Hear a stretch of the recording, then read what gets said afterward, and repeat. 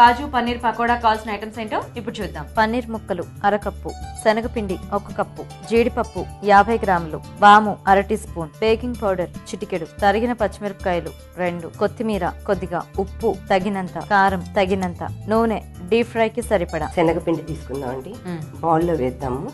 పచ్చిమిర్చి, వాము, okay, paneer,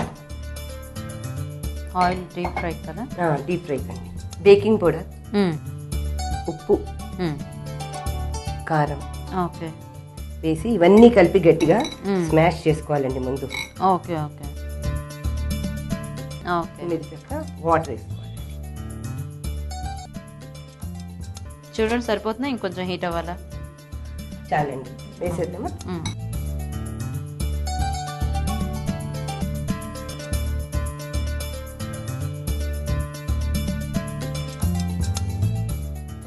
okay, so చక్కగా మంచి కలర్ వచ్చేదాకా ఫ్రై చేయాలండి, గోల్డెన్ కలర్ రావాలి అది. ఓకే ఓకే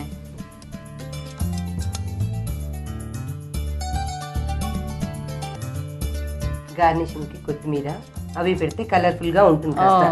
ఓకే, చూసారు కదండి, మరి వేడివేడిగా కాజు పన్నీర్ పకోడా జస్ట్ అలా 10 minutes లో రెడీ అయిపోయింది.